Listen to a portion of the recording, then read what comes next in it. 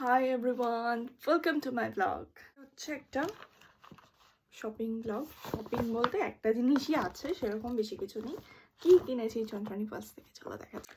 24 জানুয়ারি ছিল আমার অ্যানিভার্সারি, তো তার কিছুদিন আগে থেকেই আমাকে জানুয়ারি 1 থেকে বারবার মেসেজ করছিল যে যাওয়ার জন্য, মানে 24, 25 অথবা 26 মধ্যে একদিন যাওয়ার জন্য।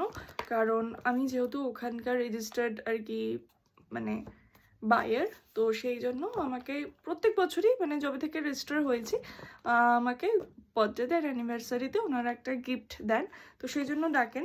তো এবার শুধু গিফট আনতে যাওয়াটা ঠিক মোটেই ভালো দেখায় না।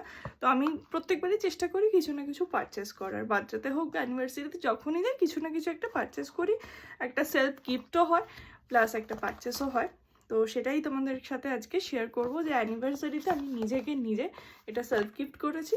তো কি কিনেছি সেটাই আজকে দেখাবো। তো চলো, আমি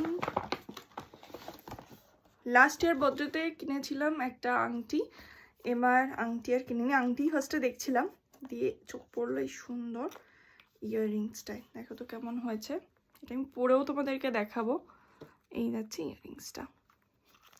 এটা আমার মনে হলো ওয়েস্টার্ন ড্রেসের সাথে খুব ভালো লাগবে, অথবা মানে ছোটোখাটো ওকেশনেও ধরো এটা পরা যাবে, একটু পার্টি ওয়্যার লুক আছে। আমার তো খুব ভালো লাগলো জিনিসটা, এবং খুব রিজনেবল প্রাইস লেগেছে আমার। জয়নারি পার্লসে আমি একটা জিনিস দেখেছি, যে দামটা আমি দিচ্ছি জিনিসের, ঠিক সেরকম জিনিসটা পাই। খুব ভালো, ওনাদের সিলভার কোয়ালিটিও খুব ভালো, পরলের তো কোনো কথাই নেই। তো এইটা হচ্ছে আমার পারচেস, আর এটা পরে কেমন লাগছে আর গিফট কী পেলাম সেটাও দেখাচ্ছি। সো এই যে পরার পর এই লুকটা লাগছে, দেখো।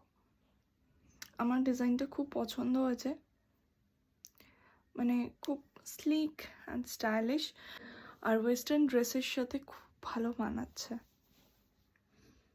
আমার এই গাউনটা দিয়ে তো খুবই ভালো লাগছে। আর এর সাথে কি কি গিফট পেয়েছি সেটাও তোমাদের সাথে শেয়ার করছি। যেহেতু এটা মানে একটা অ্যানিভার্সারি পারচেস ছিল, এবং আমাকে বেশ কয়েকদিন ধরেই বলছিল যাওয়ার জন্য, তো সেখানে এটার সাথে আমি একটা সুন্দর